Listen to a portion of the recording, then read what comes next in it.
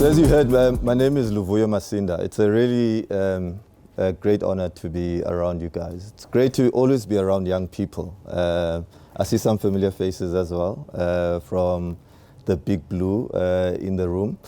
And it's amazing that you guys take the time and the sacrifice at such a cold time. And I think Lincoln does it on purpose. He always does this in the coldest week of the year, just to see how serious you all are about, I suppose, self-development. And I'll speak a little bit about that as well. So I run the CIB business, but more importantly than that, I'm a husband and married to the same one wife for 20 years. I've 3 kids, 20, 17, and 13, who really keep me busy. And without a doubt, in everything that I do is probably the most important work, about being a really good husband, a good father, and a good son to my mother, who raised myself and my brother as a single mother. And that story itself is not, in the South African context, there's nothing special about it.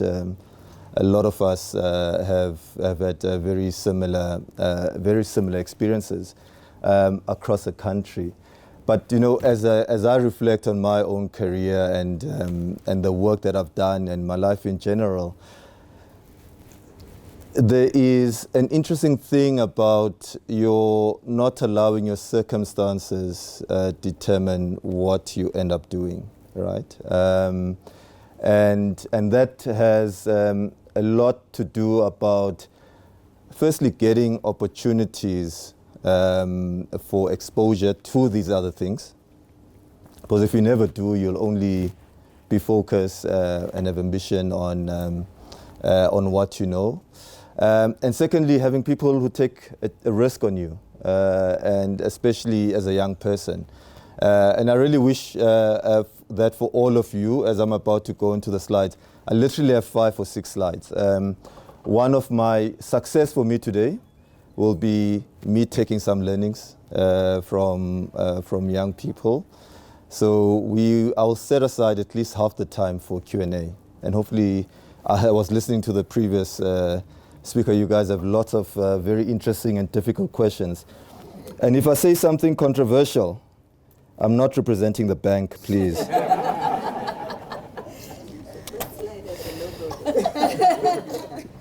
Yeah, it's a good, the Henley one, Henley Business School.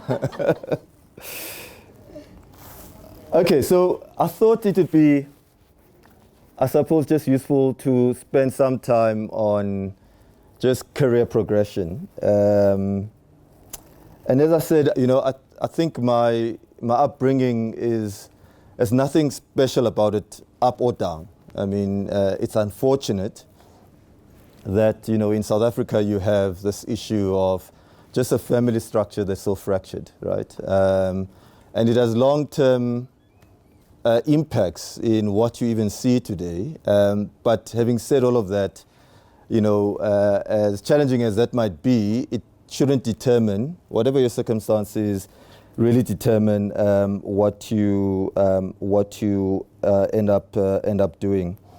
And as I've said, one of the key things to really improve whatever circumstances you're in, whether it's a job, whether you're starting something, is to really, I'd encourage you guys to have a vision. Now, I didn't have this. I've only just recently figured this out.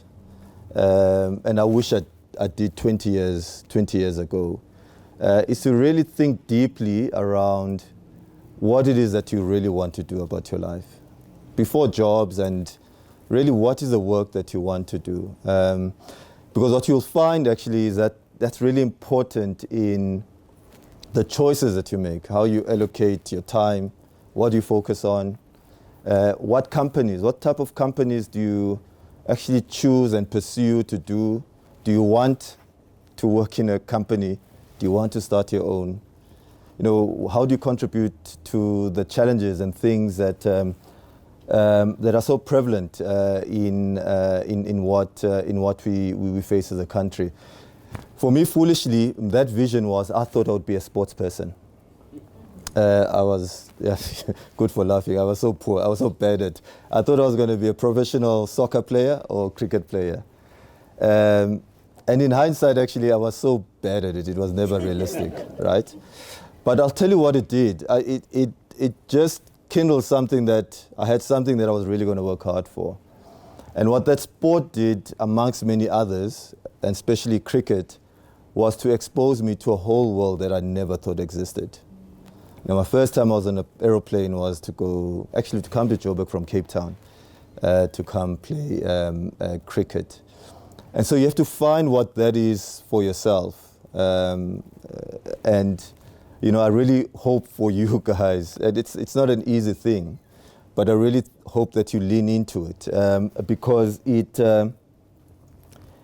really does have a really large impact on your life. The second thing, for me, cricket also created opportunities, not just the exposure, but, you know, slightly better schools than I would typically would be going to. And one of the things I've learned about that it also informed my life passion and vision, and that is about how do you help people achieve their full potential. And a lot of that is about exposure. People need to be curious, need to want to do bigger things, but then you need to give them the exposure and the backing and opportunities. And when you do get those opportunities, you need to grab them. None of them ever come looking perfect, and so you need to have what I call just a spirit of yes. Whenever you get asked to do something, just say yes. Figure it out later whether you know how to do it or not.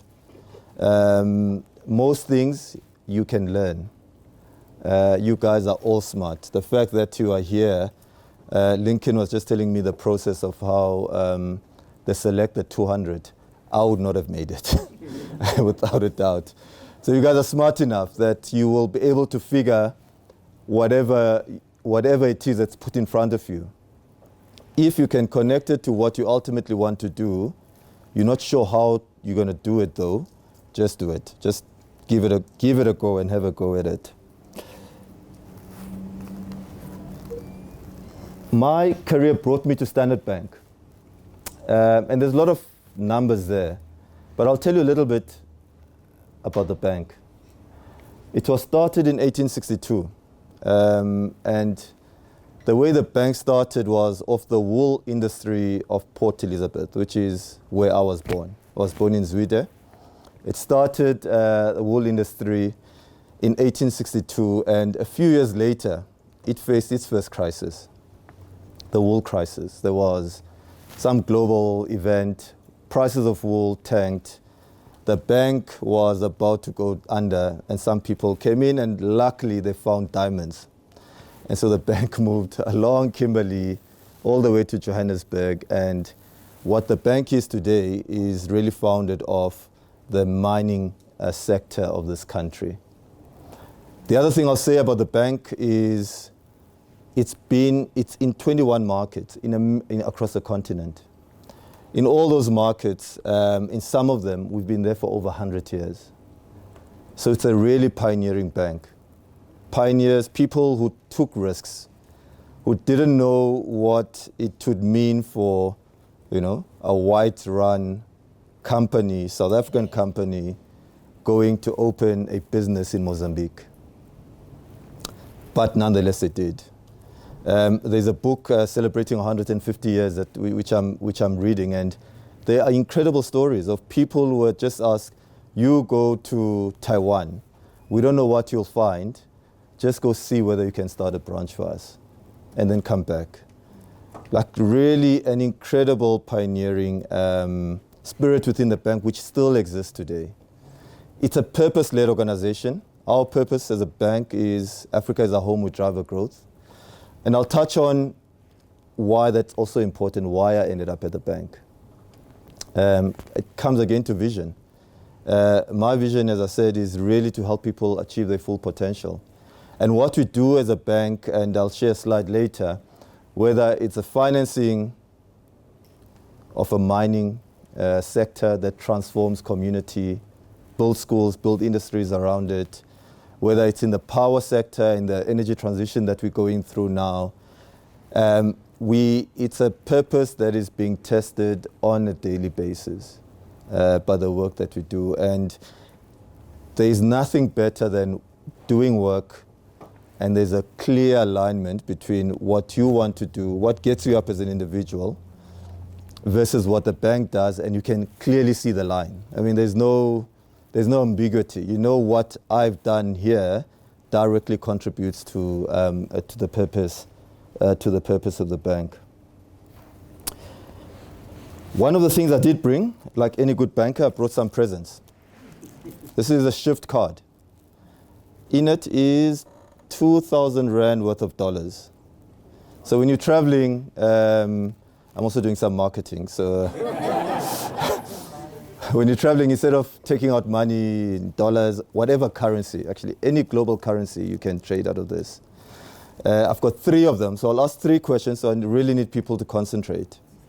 The first question is, does anyone know the market cap of Standard Bank Group, roughly? Okay, there's 2 guys who put up their hand. Whoever's closer will get it. Start at the back. 8 trillion? Close to 400 billion. Anyone else?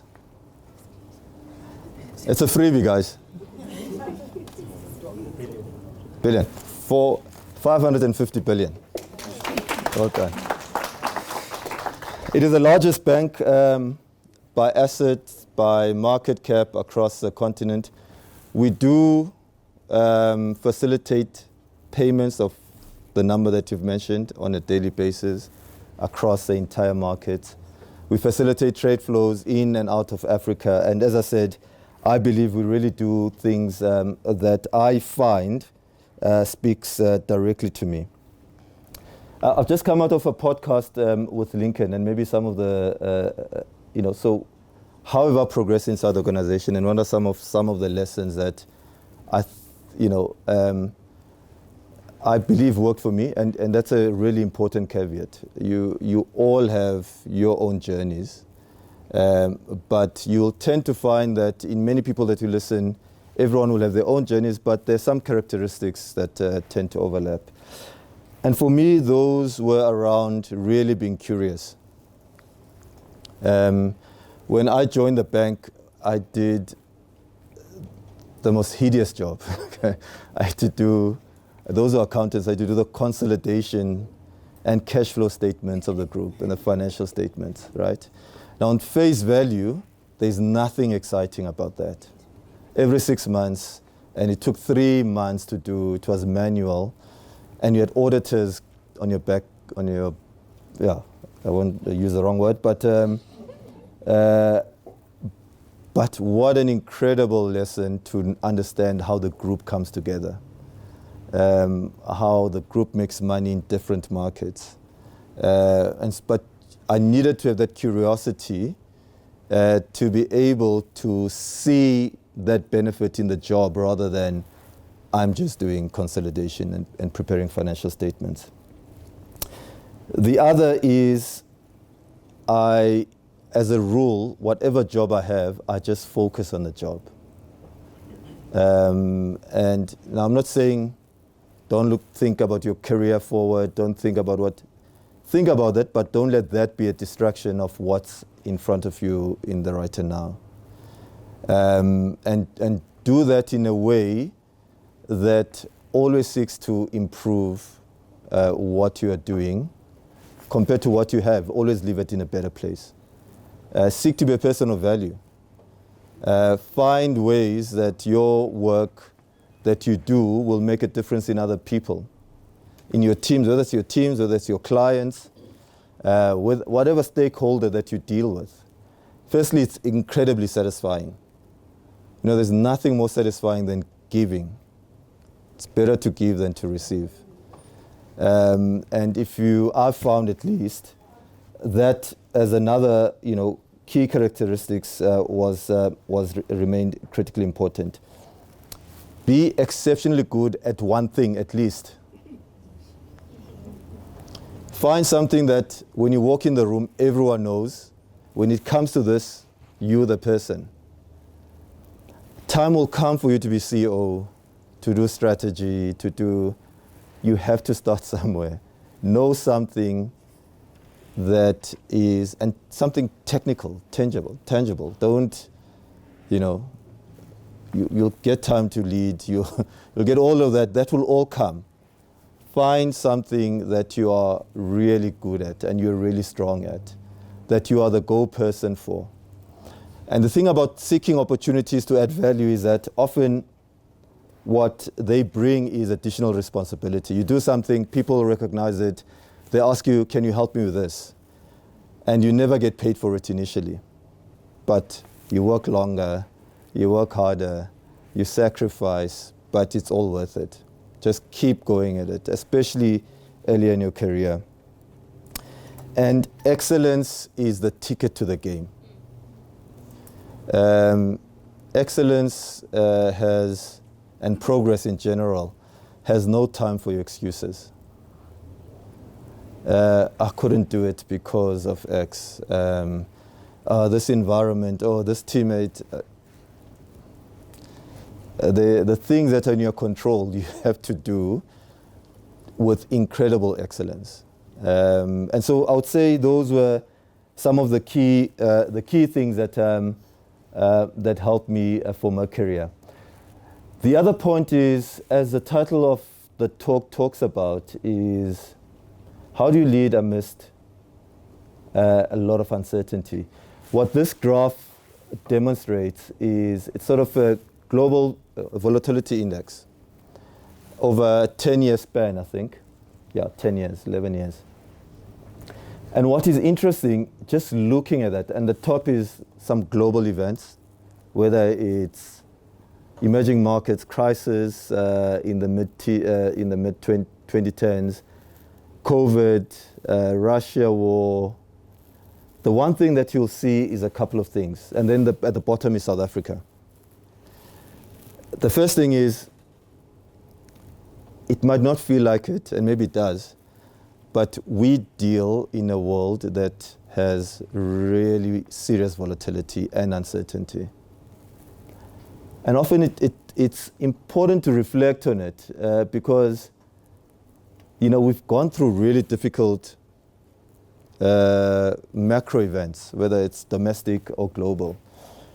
But somehow we've been able to get to the other side.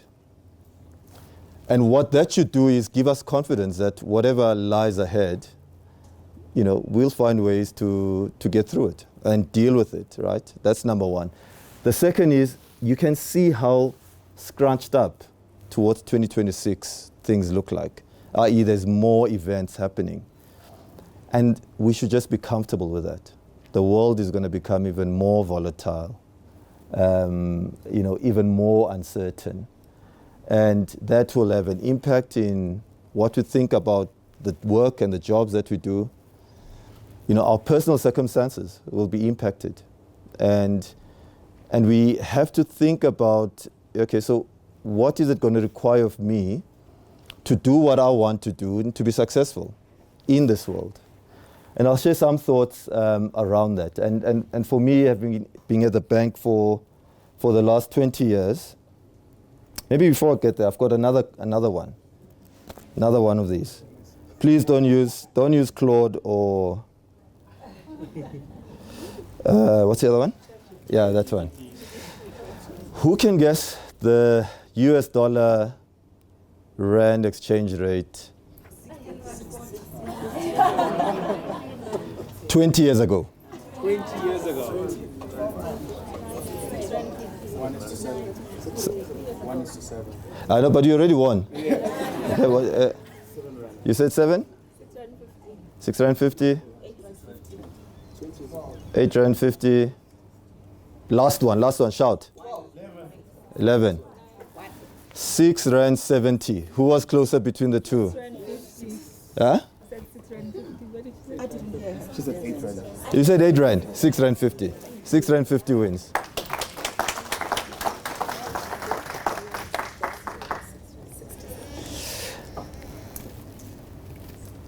So some of the attributes that I think are important and the type of leadership that is required to lead, through the volatility and uncertainty that we face. The first thing I would say is, the importance of self-leadership is so critical. And what do I mean by that? You really have to invest time, like you're doing this morning, as an example. Not only in coming to listen, you'll hear a lot of nonsense, so sift it out. There'll be a few things which are really valuable. Learn, and more importantly, network and engage with each other. The other thing about self-leadership requires you, to lead yourself, you need to know yourself. And knowing yourself is not an obvious thing. There'll be things that you really know yourself about. There'll be things that, blind spots, that all your friends and colleagues and your family know that about you, which you deny. And there'll be other things that you really just don't know about you. The unknowns, the known unknowns, or no unknowns, whatever it is. And investing in really understanding that is yourself is one of the, if I reflect on my career, not just my career actually, just personally, is something I really wished I had invested much more earlier on. So what does that investment look like?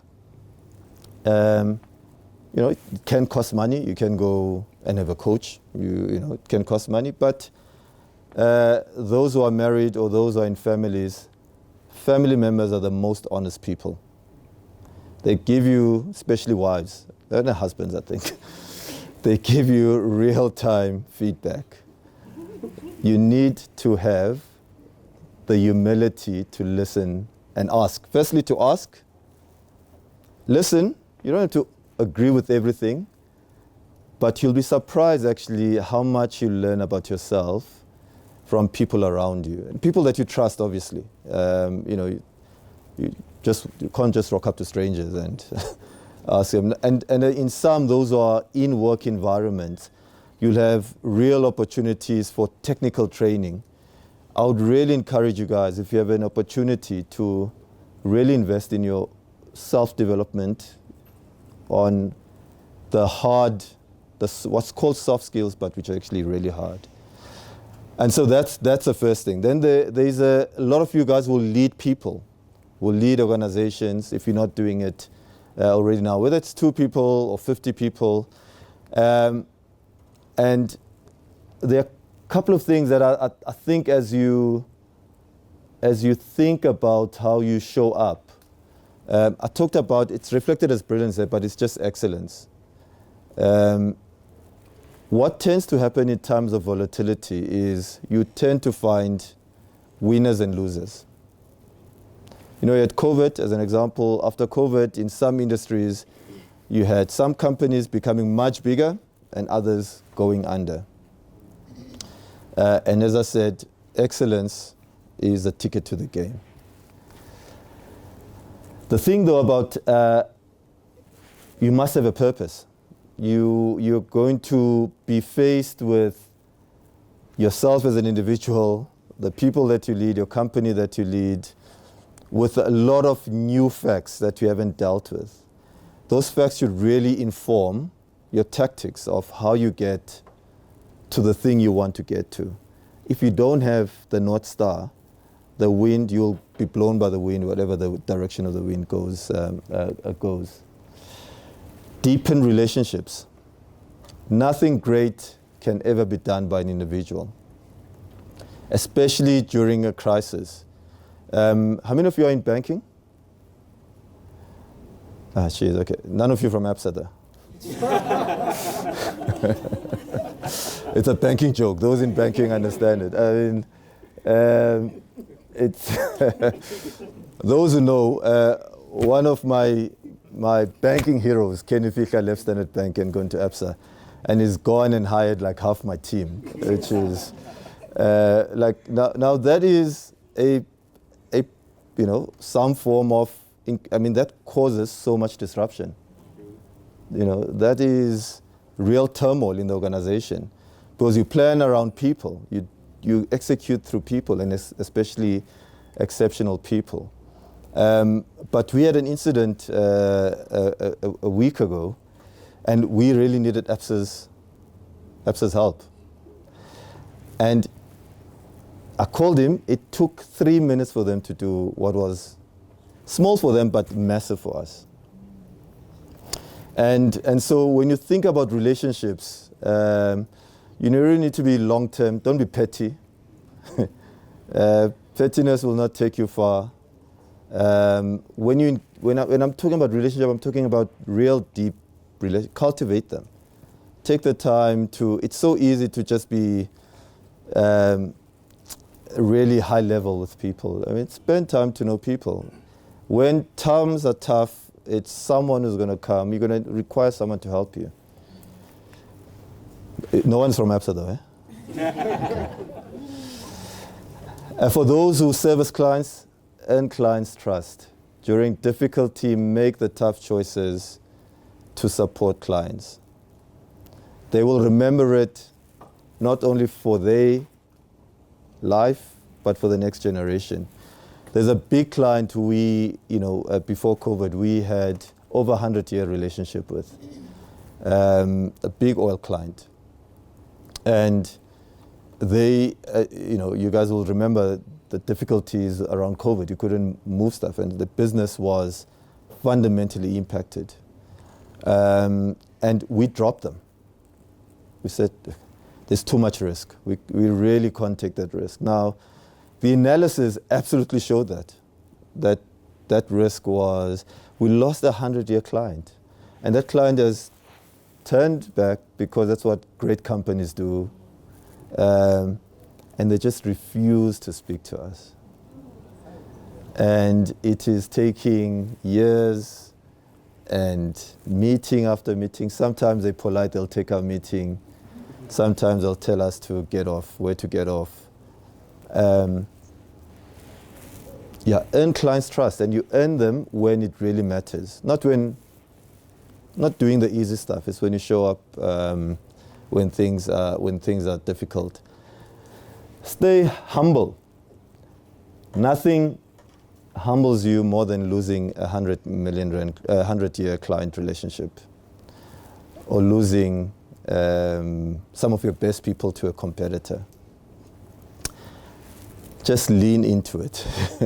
It's okay. You're not going to not everything is going to go your way all the time. Life is not linear. As you see in the graph, it does this, as long as it's going in the right direction. Just keep moving forward. Build a resilient business, and I'll touch on the next slide what I mean by that. But by far the best resilience you can build in any business is having the best people in the best position, and creating a culture where people feel like they can show up, who exactly who they are. They don't have to change anything, and they can contribute meaningfully into the organization. That is by far the best way, because a lot of the things that are showed there, no one foresaw COVID coming. No one saw Mr. Trump bombing Iran after he promised that he'd not be a war president. And so a lot of the things, of course you plan, and of course you do scenario analysis. If it's in your scenario analysis, it's not a thing that will sink you. It's a thing that's not in your scenario analysis. And the way you get out of that is by being nimble and building a culture where the best people are able to react and do the work that they are very well paid for. And get out of the way of good people. Don't be managers, build leaders. That's the best way to scale a business. Encourage people, hire people who are better than you. Those who are in roles of hiring. And the one thing about the bank and many successful people in organization is they find opportunities in these times of stress. This is a very banky slide, so I won't spend too much time on. It just talks about some of the skills that are talked about, what helps you navigate and how you build a resilient business. It has some what's called soft skills, but actually they're really hard. Humility, it's not an easy thing. We're all ego-filled people. Self-awareness. So it talks about what is it you as an individual that I believe will help you navigate successfully through environment of volatility. And there's some technical stuff, scenario analysis, diversify your business. If you run a business or you work in a company that that services businesses, having one exceptionally good client is a terrible business. Diversify your business. Diversify to other industries if you can, to other clients who have different impact, especially at times of stress. The thing about diversification is it's less about in good times diversify your business. It's when there's a stress scenario, is your business diversified enough that certain parts of your business will react in opposite directions. Some will suffer, but others will benefit. That's when diversification really gets tested. It's not when things are right? It's when really they strain. In our business on the continent, we in South Africa, obviously, but we had political upheaval every year. We're in 21 markets, at least one market. On average, 2 markets are going to blow up. Either the government is going to default, there'll be elections which are contested, and there'll be riots for months. There'll be something major that happens, even outside of the global context. And you have to build that resilience of that when something bad happens elsewhere, you've got enough. It's not in its own big enough to really sink your business. And then some things about the culture. On the issue of opportunity, I am convinced that there's an interesting, on the top right-hand side, as you guys watch, the Economist editions. One was 26 years ago, one 15 years ago, and one 2019, where the continent has gone from a hopeless continent. Actually, I think there might be even one earlier called the dark continent, literally. So it's a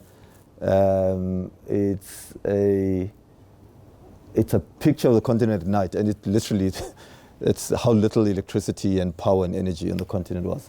I think that those were the 90s. Where I think the continent finds itself, given all the changes that are happening, it is by far the biggest opportunity that the continent has. And what do I mean by that? The continent continues to have structural challenges. It doesn't matter which part of the continent you're in. You're going to have rail networks which are not working. You're going to have extractive industries like mining, where the goods, the commodities extracted, gets or mined, whether mined or oil and gas, sent somewhere else, and we buy it back as a finished product, no beneficiation. 600 million people on the continent still don't have access to energy. High youth unemployment, right? So there's this massive youth dividend that we have, that if we don't fix some of these things will become a real risk to this continent. What has changed is 2 things. Well, I'll mention 2 things. The first one is that, not through their own good hearts, but governments are allowing the private sector to participate. And by private sector, I don't just mean large corporates. I mean entrepreneurs, small businesses, to really play a role in fixing these things. Just think about those in South Africa, Eskom. We had a big energy problem. The way it's been resolved is you allow the public sector to come and provide renewable energy. We're doing something similar for Transnet. If you go to Maputo, you'll find that the port there is run by a combination of Greenrod, our South African company, DP World, a company in Dubai, and a couple of local players. Wherever you go, there's this public-private partnership is a thing which I think some of the promise that has always been there for the continent is now starting to come to life.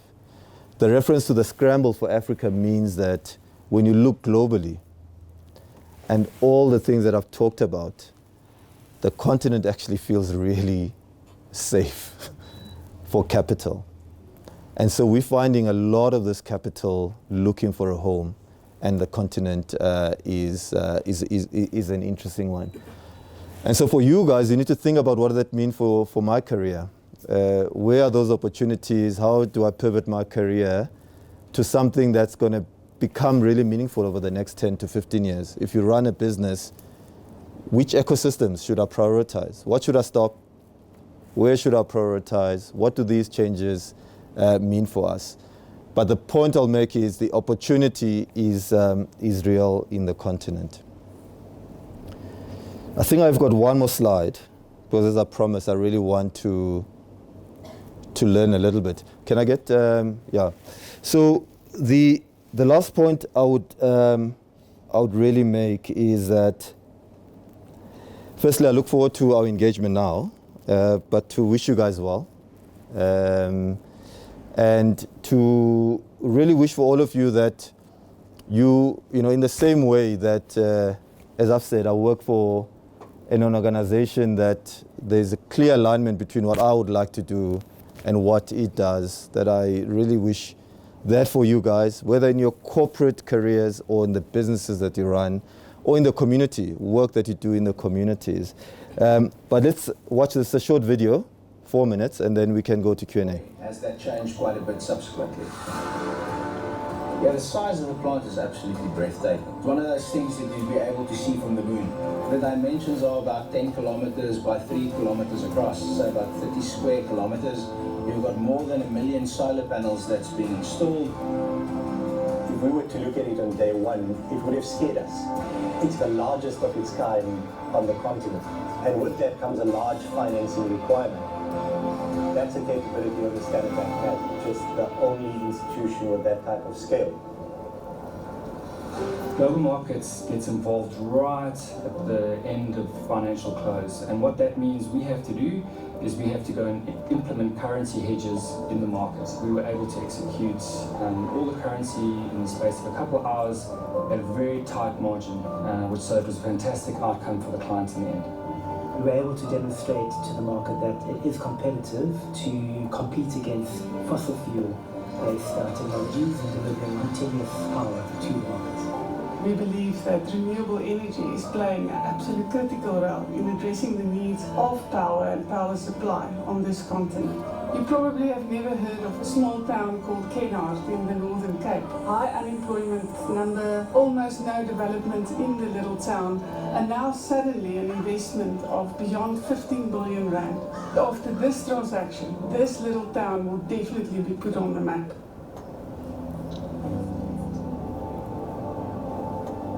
The SkyTech deal will have many different impacts at the project level, at the community level, to support emerging black businesses, women-owned vendors. Ek is Rwanda Smit en Kenhardt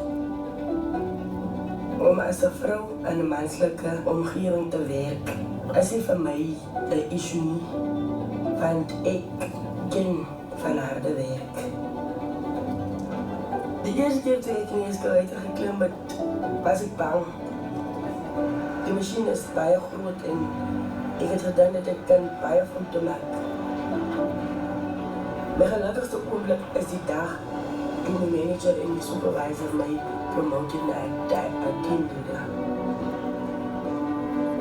My lewe het verander toe ek begin as 'n salaris-team wat ek kon gebruik om my familie te help om vorentoe te gaan. Steeds tot vandag toe kan ek my gesin onderhou met kos en klere, water en elektrisiteit.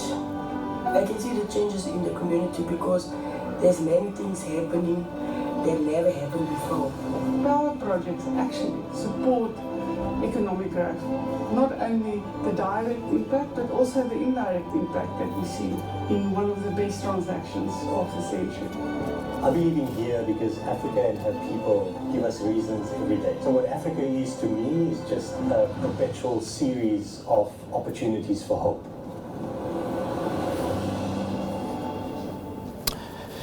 That's it. Thank you very much, guys.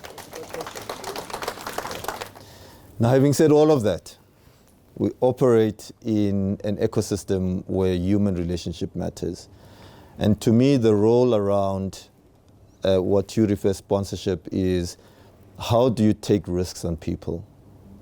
You know, how do I spend enough time with the next generation of leaders in the business who, and I know enough of them that I can identify something which even they don't see in themselves and take a risk. And that's what happened to me. Different people, not one sponsor. You know, people took risks on me very young on in my career. And that is, you know, it's easy to expect it when you're young, like I did. It's actually very difficult. And some of the best people I really admire, Lincoln, Giacomo Rare, you know, to them, that to me is what separates, and that's really what I really want to be good at, is to say, you are exceptional. I see a big future in you. You're 3 layers down the organization. You're actually going to do your 2 bosses' job because the opportunity has come. And so that's how I think about what you refer as sponsorship, because it had such a negative connotation, especially in the corporate space. You know, you have cyclists, and they become friends, and there's sometimes a leader, they're golfers. So it's very exclusionary, and often, especially against Black African females. And so as a rule, it means I have to make myself available to anyone. So I'm an introvert, but when the email comes out, I'm so-and-so, I work in your business, I'd really like to see you, I have to suck it up and go and meet the person, because that's really important. I have to live that culture. Otherwise, the only way people are going to move up the organization is through sponsors. Now, of course, you must have people who you bounce ideas off. Sometimes they'll be senior, sometimes they'll be in your sphere of control, or rather you'll be in their sphere of control. And so you'll always have it, but as a managing principle, I really don't like it. Yeah, it's so difficult, and especially when we put people in leadership positions who are really poor at it. So we promote someone who is exceptional talent, technically, and they progress. That's what they're good at the bank, and we think, well, if you're good at that, surely leading people will be this. You'll be good at it, and it's not always the case. And so that's the first, and it links to this point, because then in the absence of good leaders, people have to find other ways, right? You need to find sponsors to get you to go speak to the other line manager. You know, that's it is a problem because it's there. It's a fact. Even in my business, there's some seats and you just look and you know, this guy, you know, we just promoted the wrong guy. Now my job is to make the call very early on, and you know, and hopefully, and you're not always going to get them right, but when you get them wrong, to do it. First point. The second is, your career is your responsibility. Judge it, and protect it. And what's the right word I'm looking for? You cannot outsource it. And what that means is you have to put in your PDP what you really want to do. And you have to say in that PDP where you see that opportunity. It's another great way to learn whether you're working for people who back you or not. Now, it might make it really uncomfortable for a short, but rather know that, right? Because if someone is not going to back you to say, okay, you know, I agree, this is going to be great for you, but you know what, this timing doesn't work for me now. Can we work on something? If someone just shuts you off with it, guess what? When the next big opportunity comes, they're going to ignore you. And why would you want to work for that individual? And also, yeah, just be, guarded jealously. It's your career. You must be responsible for driving it. And of course, you take input from other people, but you don't hide things. Say exactly what you think. You'd be surprised more often than not that if you're transparent with people earlier on, that they might bring opportunities to you, even because they'll know much more than you do and exposed to.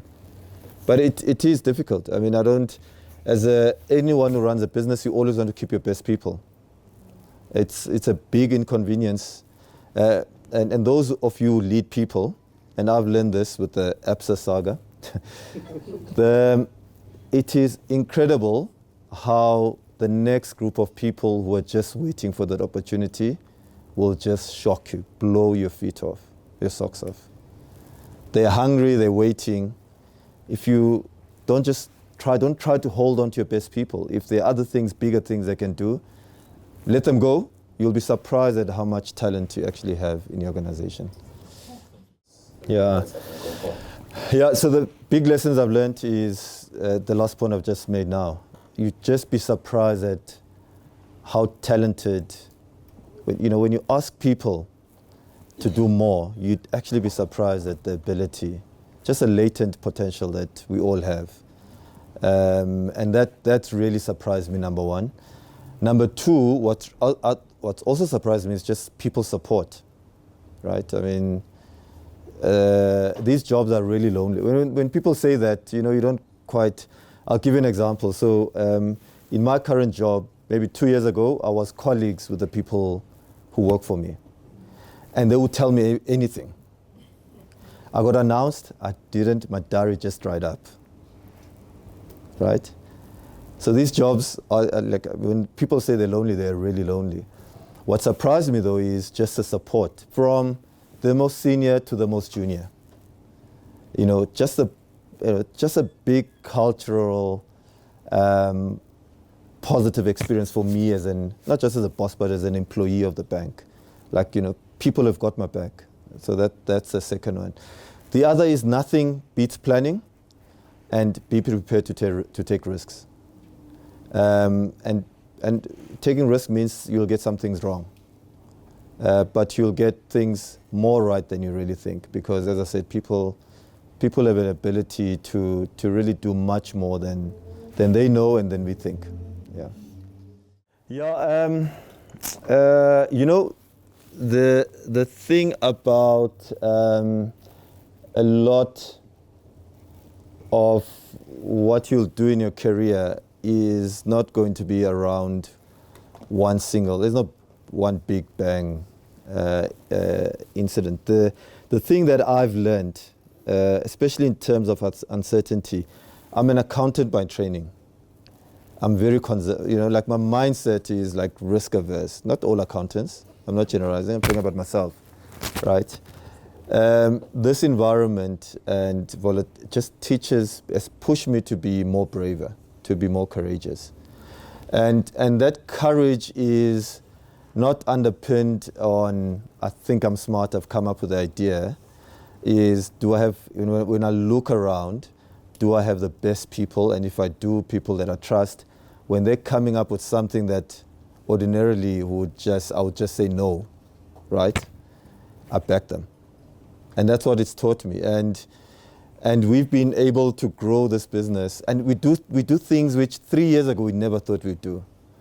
And if it was up to me as an individual, I probably would never have made that shift. But you bring people who are smart, who are bold, who are hungry, who are young, who want to make an impact. You back them, they push you, right? That's the biggest thing I've learned. And that discomfort of being outside your comfort zone is probably the biggest growth that I've had in the last couple of years. Okay, one more question. Purpose. Our purpose is Africa is our home with driver growth. You cannot grow a continent with an energy deficit. And how you deal with that energy deficit in some markets like ours in South Africa, it's going to be renewable energy largely, and some gas. In some markets like Uganda and Tanzania, they're going to drill access to oil, which is how a lot of the rest of the world grew, and they're going to export that oil and earn money for the fiscus to improve the lives of the people in the country. So that's one purpose. The second is this point around excellence.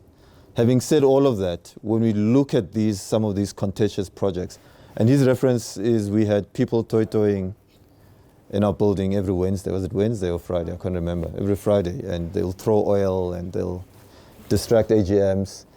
But you have to, once you've committed to do them, you have to do them with excellence and partner and do them with people who know how to do them to the highest level of standards, both from the human rights impact.